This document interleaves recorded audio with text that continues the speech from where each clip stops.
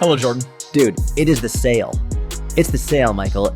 We are live with the sale. And here's the deal. If you sign up right now for the mentorship, you get $500 off when you join.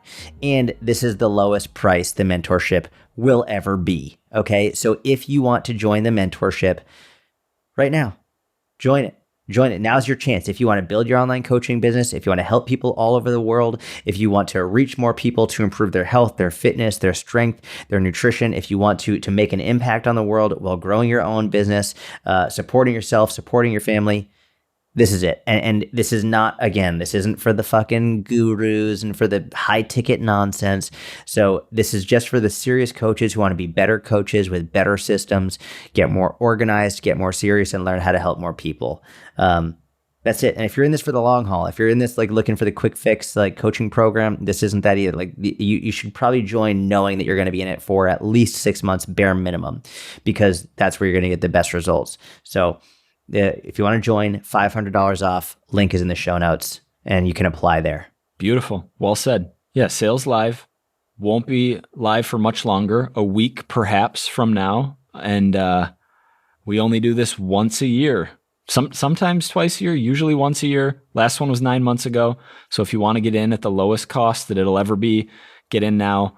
Jordan made a great point. This is not a cold DMing tutorial. This is not Jordan Belfort's school of hard closing. This is not any of that nonsense. This is, you know what? This is going to transfer seamlessly from this little pitch we're doing right here into the episode, because I had something I want to talk about. You know what's super underrated? The mentorship?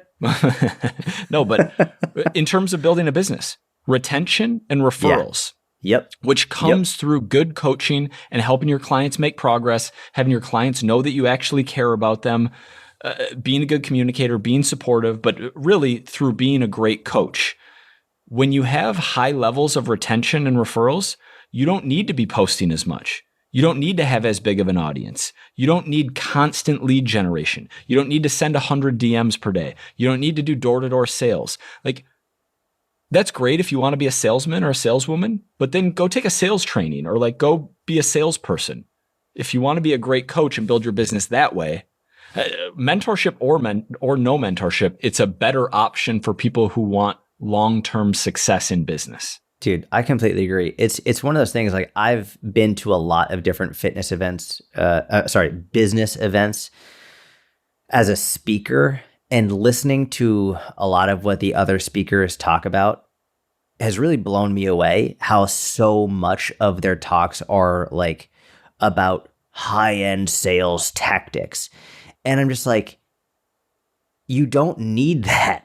It's crazy how much time and money coaches are spending on sales tactics, when really if they just spent more of their time on showcasing, on helping people with their coaching knowledge, they wouldn't need to try and learn all these crazy sales tactics.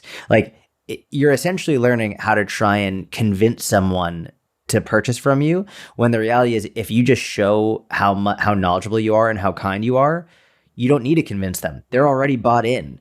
It's really wild. And that's been something that's taken me aback at how much time and money coaches are spending on trying to learn how to convince people to sign up for their coaching, when their time would be better spent just showing people how good of a coach they are by helping them for free. It's a much better strategy. And then they get to spend their time doing the things they want to do, which is helping people, not Correct. Constantly selling.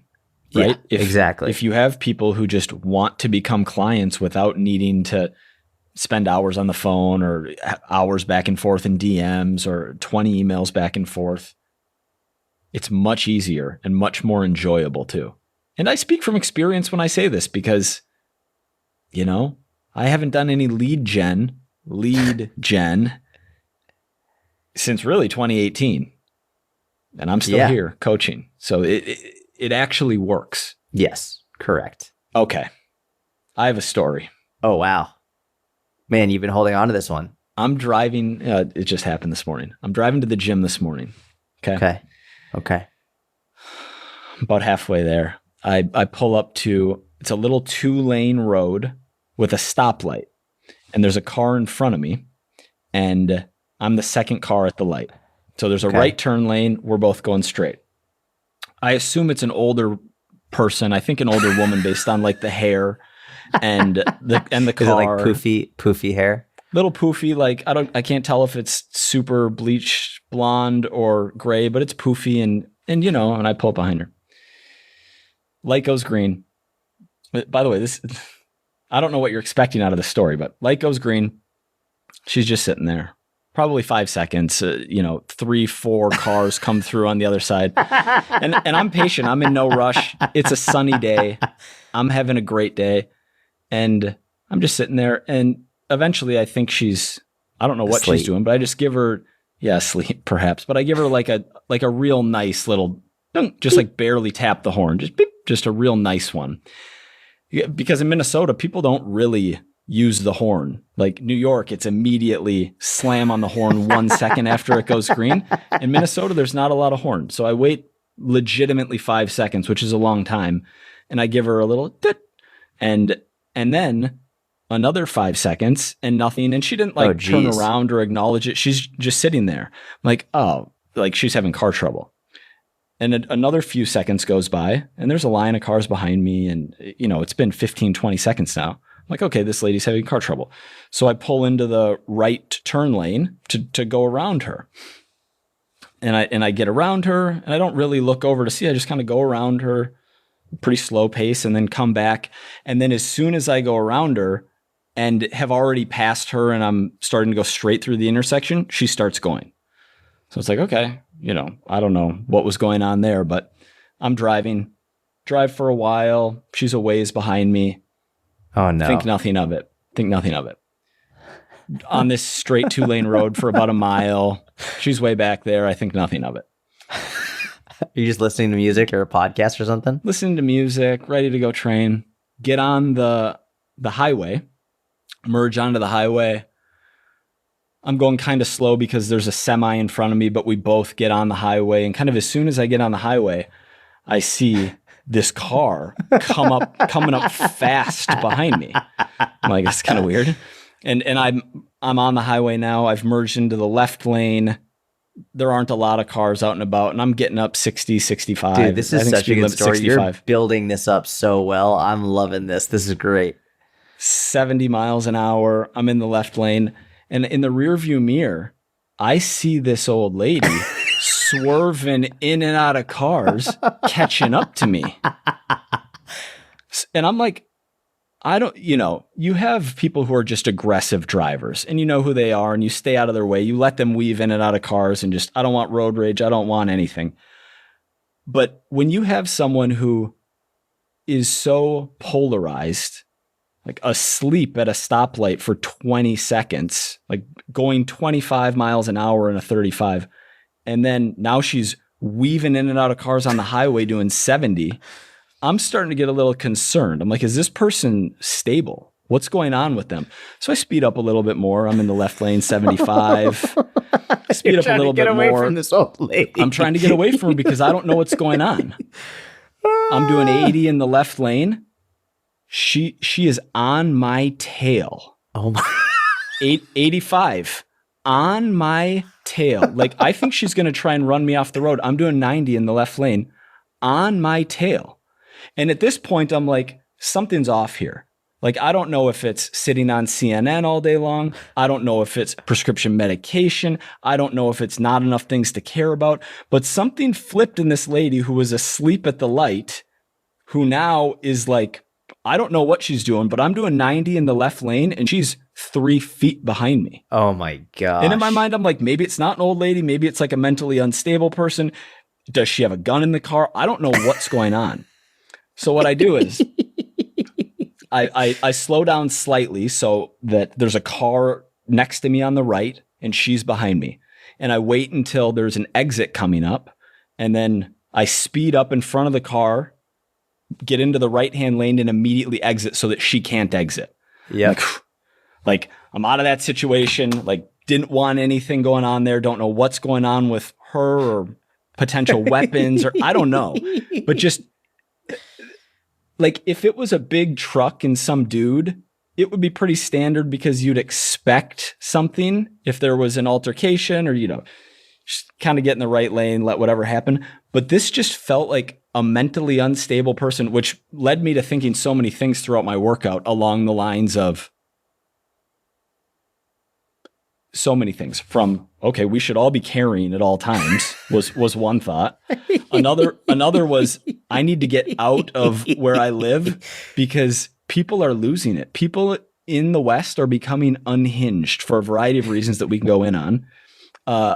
I need 20 acres out in the middle of nowhere, or I'd like to lead a charge to create better people in the world, which is a big ask. I don't know if I'm ready to dedicate my life to that, nor could I even make a dent in it.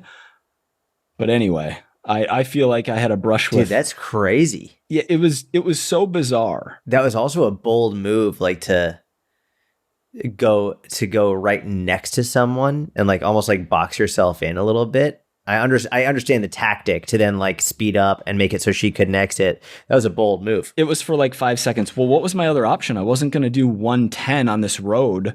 Like, thankfully, there were no cars in front of me that I came up to when I was going over the speed limit because that would have boxed me in unintentionally. Yeah. Dude, that's crazy. And when you passed her at the intersection, you didn't like look left to see like what she looked like or what if she was sleeping? I didn't even glance. No. You didn't even glance? I didn't even glance because I didn't want her to think I was giving her some dirty look for going around her. I was like, okay, I don't know what's going on there, but I'm going to go around. Wow. Dude, and the best part is like I'm just imagining you, like I'm imagining this in a movie. So like on one hand, you're just driving, listening to music, and you're just like living it, having a great day.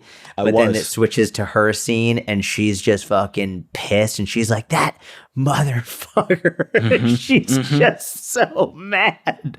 And like you're going back and forth between you and her and you're just oblivious, like no issues whatsoever. And then she's back. She's like, I'm going to catch that motherfucker. I'm going to go get him. Oh man, dude, at what point did you realize there was a problem? Was it on the highway? It was on the highway. Wow. Because why wasn't she riding me for like the 3 to 5 minutes before we got to the highway when she easily could have? Yeah, that's weird. That's very. And did you like see what she looked like in your rear view mirror? No, I couldn't really. And just out of safety, I wasn't going to sit there trying to make out her face in my rear view mirror, Going for the 95. safety of other people on the road. Yeah, just... Oh my gosh, dude, that's crazy. I'm glad you're okay. Yeah. And that's not a common experience. It's the opposite of common. But for me, like, me, I'm fear 3 out of 100. So to have something that slightly rattled me and made me think something was off, I think something was very off with this person. I am glad you got some fear though. I think it's important for you because you're so not fear driven that you have such little fear in your life. I am glad that you have a little bit more fear today. No, I'm trying to take my fear the opposite direction. Dude, your fear is so low already. I think it's important. No, fear is bad. And I don't want anything bad to happen. I just want you to be fearful that it will. I'm not. We aren't born with the spirit of fearfulness, Jordan. Man, were the other cars behind you honking? People don't honk in Minnesota. So no one honked. You're the only one that honked. Yes. And it wasn't even a honk. It was a little like love. It's like, eh. Yeah, exactly. What's more harsh? Is it like the burp or is it like the bump, bump? If you did 2, what if you did like, eh, eh? Would that have been nicer? Look, we're dealing with the margins here. If the 2 honks would have saved me from getting run down by this horror movie scenario, I'm just wondering for my own future reference, like what is, or even just like your opinion, what's nicer, the 1 brief or the 2 brief? Maybe the 2 brief. I know what's the least is the New York City taxi cab just hold on the horn. That's the least nice. They do that before it even turns green. They know when it's about to turn green, so they'll start honking while it's red and then yelling and cussing at you while it's going. Yeah. But they're ready to go. I think the 1 is nicer. It's just like I'm not in a rush. Like, I think that's nicer. And 2 is like, hey, I'm trying to be nice, but I'm also a little bit upset. I also had my old lady filter on, which was, if that wasn't that demo, I would have honked so much sooner. But I just sat there and let all these cars go from the other side. Just watching the birds chirp. That's a long light too, to be sitting there for 20 seconds and nothing. Like, that's crazy. I can't believe no one else was honking. You're an East Coast guy at heart. That's just common for the Midwest. Just nothing, no honks. It is. Did your parents ever honk when you were a kid? Did they ever honk at people? Like your dad? Did he ever get pissed? My dad, my mom wasn't a honker, no. In fact, I think my mom thought it was like bad to honk, but my dad was a honker. Or would honk. He would, but not like regularly, but like if he was angry, he would. Yeah, I don't know if anger is the right word, but he would use his horn. He would say that it's a tool that we have in the car, and yeah. That's what he would say? I'm guessing. I don't know. Would he justify his honking? Would he be like, hey, this is a tool? I think probably rightly so. Probably, you use, if someone is, because he's right. If someone is changing lanes into you, for example. Oh, you got to let him know. Yeah. Yeah, exactly. It's like, hey, wake up. Or, hey, I'm here. Don't hit me. Yeah. But yeah, I really think that one, humans aren't built to live in cities, which gives us a great transition if you want to run with it. But two, the increase in mental health issues, the increase in isolation, the lack of community these days that people have, the increase in prescription drugs that specifically impact the brain. There's a lot of factors in society today that have people unhinged. Dude. And I think it's a bad trend that we're on. I think increased loneliness, like more screen time, and all the stuff. Dude, I want to see let's see what I find on my Instagram. I'm going to open my Instagram right now just to see what the first fucking post that comes up is and see how this affects my first. God, this isn't good. Yeah, it's not good. This is the first post that comes up. It's from an account called Nature is Metal, and this is terrible. I don't even know if I want to say this. This is just terrible. The first post is like a neighborhood dog getting eaten by coyotes. That's just the first post that I see. It's just first thing that comes up on my page. Then the next thing is about cortisol inducing. Is about Israel Hamas hostages. Third thing is about stop eating food with more than 4 ingredients. It's just terrible. Like literally just opened it right now. It's the first thing that I fucking see. It's no wonder. And that's just mine. I wonder what other people's are. But like it's just not good. And then the more screen time, less community, less talking, less movement. It's just terrible. It's really terrible. When do you think the peak of humanity was? What decade? What years? I think the 90s. I feel like the 90s were like peak human life on Earth thus far. I had I like that you said thus far because I'm hopeful and optimistic that peak humanity is ahead of us. I had a discussion with a couple of friends at lunch last week about this and kind of why 1990 to 2010 felt so much different than life today. And one of them said, iPhone plus social media on phone is the biggest difference, which I agree with. 100%. So maybe that was the peak, but there has to be a pullback. There has to be recognition that this world that we live in of hyper comfort, hyper ease, hyper pleasure, hyper stimulation is actually having a net negative effect, and we course correct. And maybe that's not Gen Z that course corrects. Maybe that's whatever's after them, but I think it has to happen. I'm always bad with, is Gen Z, what generation is Gen Z? How old are they? 95, born in 95 through, I don't know if it's 10, 11, 12 years, 95 to 05, here, we can give a real answer. What's like the youngest generation right now? I'm sorry, Gen Z is 97 to 2012. So 12 to 27. And what's the one after them? Generation Alpha, 2010 to 2024. Okay. And what are we? We're millennials, Jordan. Oh, we are? You're the best. That doesn't seem to make sense to me. Why would we be millennials, but we weren't born on the millennia? We were born before it. I don't know. Y2K? Yeah, but aren't those Gen Z? No. They were 3. They didn't know about Y2K. They were just, playing with rocks. Interesting. Okay, we're millennials. Cool. But yeah, something needs to change. You know how like our generation will be like, yeah, the boomers. Like we'll just talk like the boomers, like what? So Gen Alpha is gonna be like, yeah, the millennials.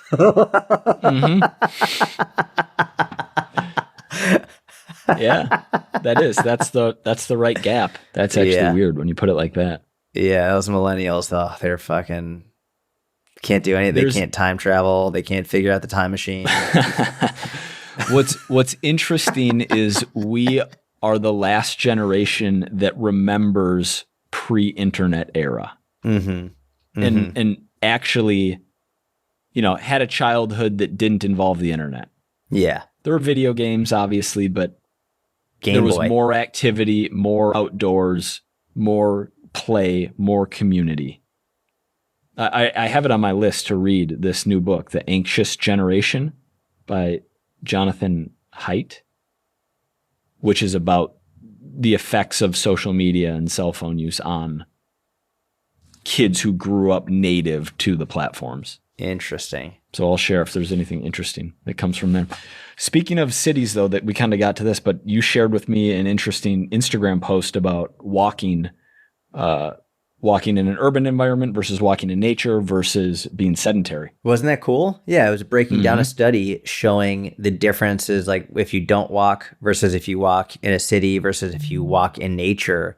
And the differences on your, like, obviously walking in general is better than no walking at all. And that was pretty significant. But it was very cool to see the difference in brain activity from walking in an urban environment to walking in nature. I thought that was very cool, and just makes me appreciate like getting up in the morning, smelling the fresh grass, and like being able to walk outside in our little nature path that we have. Really made me appreciate that even more. Just like, because I was craving that after years, and like a decade plus living in cities and concrete jungles and not really having immediately accessible nature. It's just, it was really cool to see that. Jordan, tell everyone the story of when you first moved from Israel. I knew you were going to bring that up. Mike, have I told this before in the podcast? No. You would know better. No. Oh, no? Nope. Oh, man. So like, when I lived in Israel, obviously this wouldn't be acceptable everywhere, but like I lived right along the beach. And so, it's like a beach town. So people are, at least where I was, it was right on the beach in Tel Aviv. And so people walk around shoeless when they're living in beach areas. And I was just in a very I was never a hippie, but like I was like a beach bum. Like I loved being on the beach. I liked being like more carefree, did it, whatever. So I moved to New York to start coaching Gary, and I'm still in that phase. And I'm not wearing shoes in New York City, like in the streets of I'm just walking around New York City, like around Jones Street, West 4th, just like in the West Village, just walking around town, no shoes on. And I didn't have a big audience on social media at all. I had a couple thousand followers, and I was doing stories and showing myself but I didn't make a big deal of it. I just did like, hey, here I am walking. And people would be like, oh my God, are you walking around New York City barefoot? I'd be like, yeah, why? They'd be like, that is so disgusting. Like, and like, I would get back to my apartment and my feet were black on the bottom. And, and then I was like, I started to pay closer attention to it. And there was a lot of broken glass and people peeing on the fucking just like not pooping, not a good throwing idea up, for New York garbage, City. trash everywhere. That story, I love your innocence in it. And I think you're actually living right in that story. You're grounded, you're walking barefoot, you got the toes splayed, you're just out getting some sun, enjoying yourself. It's the city that's wrong, not you that's wrong. I'm a big fan of outdoor barefoot, which is just a testament to time spent in nature.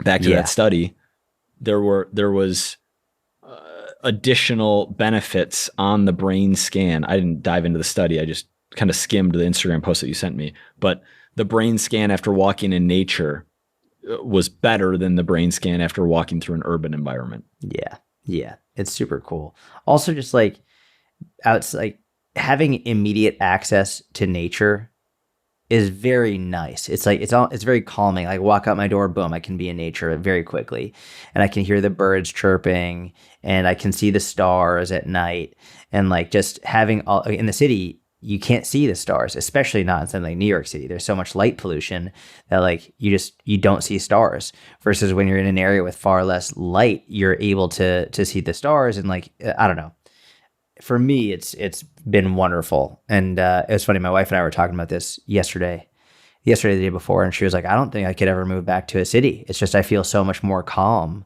now that I'm outside the city. You don't even realize how stressed you are until you're out of it." Mm-hmm. It's true. But you love New York City. You're a big New York City guy. As far as cities go, it's the best city, but I'm not a city guy. Would you ever move back to the city? No. I think I'm less of a city guy than you are, actually. No. You kidding? For sure. I'm much more. How much camping have you done? How much camping? Dude, I'm a big camper. No, you're not. I'm not a big camper either, but I know you're not a big camper. Dude, I'm a big camper. Okay. I want to be. Like, I'm jealous of people who like could just go out and camp and light a fire and bring a Bunsen burner and they just camp. I'm super jealous of them. I really, like watching what that show Naked and Afraid? No. What's the show where they survive? They like Alone, where they just send these people out into the fucking wild and they survive. You don't have to be that extreme, but like I would love just to be like, hey, we're going away for the weekend. We're camping. I would love to really enjoy that. The idea of it sounds way more enjoyable to me than like the practical application. Like I have gone camping before and I have done that. But then when it comes down to it, I don't know, the mosquitoes really get to me. And it's just like, I don't know. I'd rather be on the beach or something. That'd be more of my enjoyment. Look, as long as we're not in a city, I'm with you. Yeah. I got something interesting. Okay. What is it? What do you got? I think I find this interesting and other coaches might find this interesting because we changed the application process for the mentorship, whereas now you have to apply to join, but before you could just sign up on the website. Yep. And the reason we did that is because we wanted to make sure that we can actually help a new coach or anyone applying to the mentorship with their goals before accepting them into the group. Most people who listen to the podcast seem to be aligned. We don't get a lot of, my goal is to make at least $10K a month within 3 months, and that's what'll make me happy with getting into the mentorship. It's much more, I want to become a better coach. I want to learn to serve my clients better. Of course, I want to, make more money to support my family as well. But the goals have been thus far much more aligned with the types of people that we enjoy helping, which is refreshing. And I don't know, I found interesting. I think that makes sense considering like we've cultivated a group of people who listen, who share the same values as us, right? Like we've had people who are looking for the high ticket and like I think those people, they drop off very quickly because they don't see the value in what we discuss and what they don't see the value in what we value. And so they want the quickest way to make 6 figures or whatever it is. And so when they hear us talking about long form content and becoming a better coach and reading books and giving away, like, I think the biggest thing is like they hear giving away coaching for free early on and they're like, I'm out. Absolutely not. Or training clients in person. It's like, no, right. I don't actually want to train clients. I just want to make as much money as possible. Online business, marketing. Blah, blah, blah. I think that if we were, because we don't really announce this on social media or anything like that, I think that if we were less present on podcasts and more present on something like Instagram, we would have a higher percentage of people that we didn't take on because it's not as nuanced, it's quicker content, and people can get smaller doses and not really fully relate to us. And they wouldn't fully know what we stand with. But because podcast is so in depth and so nuanced, they have a really good feel for who we are and what we believe in. That's true. And there are definitely parallels with fitness coaching, right? For coaches making content, the more time they're making content, the more the more of their audience that has been following them closely for a number of years, when they do apply for fitness coaching, oftentimes they'll have a higher acceptance rate because those people aren't looking to lose 30 pounds in 30 days or do anything crazy or do a water fast because they saw a celebrity do a water fast. That, like, those aren't their goals. Their goals are aligned with the values and principles of the coach who's making the content. Correct. Yeah, that's exactly right. Mm-hmm.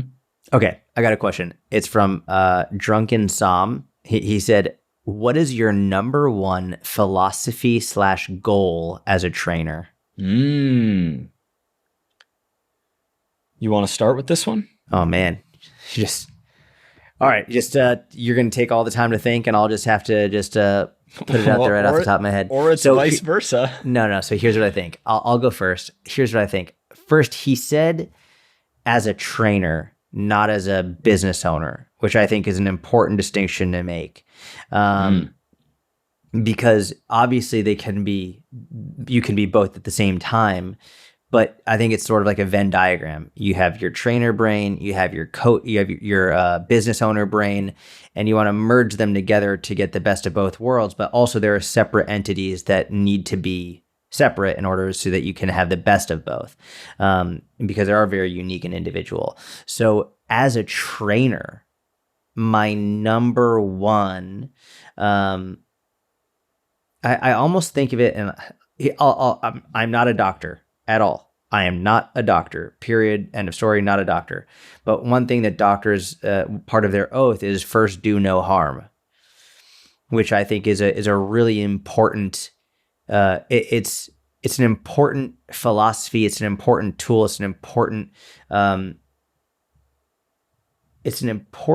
line to really align yourself with, especially not just as you're coaching people, but as you're putting out content for people. I think is a very important philosophical guideline to bear in mind is first do no harm, where I think that might be the most important thing for me, especially as a coach who is creating content, because the reason I make content is to help people. I want to help people. I want to improve their lives. I want to make fitness more easy to understand, more accessible, more enjoyable. And while I want to make it easy to understand and more accessible and more enjoyable, the guiding light to all of that is still first do no harm. And I think when I'm making a piece of content, I really have to ask myself, is this going to hurt someone? Is this going to give the wrong message? Is this going to create fear? Is this going to damage their relationship with food or exercise? Is this going to cause them to stop exercising in some way? Is this going to do more harm than good? And so for me, I think that's my guiding philosophy, guiding principle of my education. Everything stems from wanting to help them. But first, I have to make sure I'm not hurting people. And if I do hurt people, if I have said something that could potentially hurt someone, recognizing it, apologizing, correcting it, making sure that people are aware of the mistakes that you've made, I think is also very important. So I think letting the guiding principle be first do no harm. And if you do harm, make sure they know that you've changed your mind, you change your opinion. I just saw someone do that today. There's a great coach or a researcher who made a post 2 days ago that did harm. It was a post that was inaccurate, and it was more based on his emotion, and led people to believe something that was false. And then today he clarified it, and he actually, hey, I did this the other day. I said this was incorrect. It wasn't complete. Here's my actual stance on this from a more logical perspective, which I loved. I thought that was fantastic. So I think the first do no harm is something that we can take from doctors and keep in mind. I would argue, because that was the first thing that came to mind for me. Oh, I would argue that I'm serious. But, hey, you go copy first. My you go answer. First. Oh yeah. I was thinking that was the first thing that came to my mind too. if we're forced to choose one thing, I think that should be every trainer's first guiding principle. And maybe guiding principle is the wrong term, or number one goal might be the wrong term, but like at the base of every program you design, at the base of every piece of advice that you give, at the base of every piece of content you make, at the base of everything, that should be first. You don't want to leave this person in worse shape mentally, physically, emotionally, spiritually than when they came to you, right? So bare minimum, they're leaving the same they came to you, not worse. Yep. So I don't know that I'm going to be able to give another really good number one, but we can spitball and brainstorm a few of the other important components in being a great coach. Yeah, you're fine. You want me to come up with my own? I'll come up with my own. Read me the question again. Pull up that question. Drunken, the question whoever. is Drunken Psalm. I like Drunken Psalm. Always has some good things to say. He said, what is your number one philosophy / goal as a trainer? I'm going to go the complete. So you know my number one. I'm going opposite. I'm going for the bros. I'm going, and bros can be male or female. Whoa. No, like bro. Bro isn't a gendered term. Bro is a mindset. All right, Jordan? And you'll know what I mean after I say this. You ready? This is more silly than anything else, but it popped into my head, and we need to have fun on this podcast. ABR.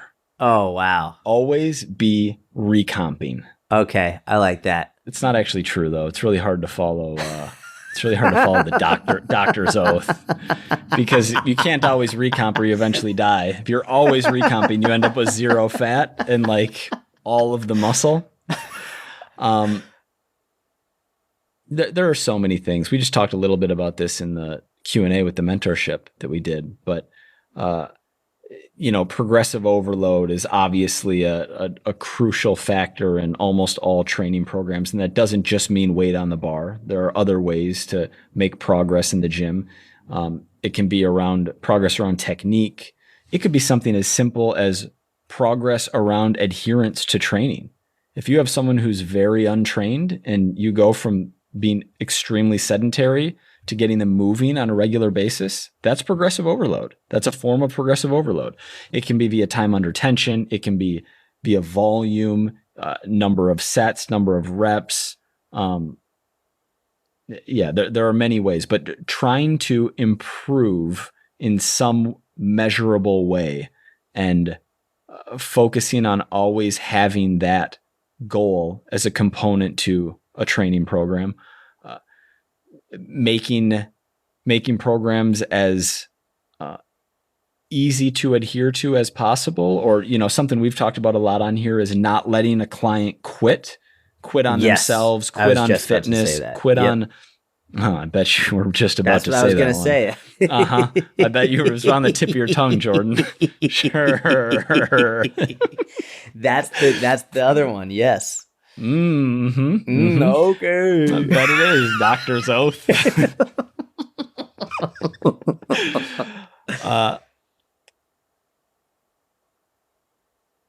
There's so many examples of times where I'll use a previous version of myself here, which is someone who was always pushing for more progress, always pushing for more strength, always pushing to be leaner. There are so many times in life where that doesn't make sense. 5 days a week, 2-hour workouts don't make sense. Being in a deficit for too long doesn't make sense. There are times where you need to pump the brakes. It could be major life events, could be loss of a loved one, could be very busy with family, where you pull way back on intensity, you pull way back on frequency, you pull way back, you increase calories to maintenance, you take breaks from tracking, you do things, you stop training entirely for a month and are only focused on some like minimum step count. Anything you can do so that someone doesn't completely fall off the wagon and potentially not get back on. Right? It's so sad to think that someone who isn't really into fitness, didn't play sports growing up, doesn't enjoy it, but has been consistent for 3-6 months or maybe a year or two. It's so sad to think that person could have a last workout. They could be 33 years old, have a bad experience, have something go wrong, and never go back into a gym again, which is going to negatively impact the duration of their life. And so as a trainer, doing whatever we can to help our clients or anyone who's, watching us on social media, to not quit on themselves is a really important concept. I think that's the other major one. Don't let them quit. Do your absolute best to not let them quit. I think if those two, like first, no harm, and your job is to make sure they don't quit, do the best you possibly can to make sure they don't quit, it's very hard to go wrong. Just not letting them quit, not letting them give up no matter what, for all the reasons you just said. I don't need to reiterate, but don't let them quit. That should be, as long as they don't quit, you're doing well. And that's it. So we've got a huge sale going on right now. $500 off if you join the mentorship. Make sure, if you want to apply to join, go to the show notes and the link to apply is there. We'll get back to you as soon as we possibly can. But if you want to join, $500 off. We would love to have you. We'd love to speak with you about it at the very least. If you have any questions, let us know. We appreciate your support. Have an amazing week, and we hope to see you in the mentorship. See you next week.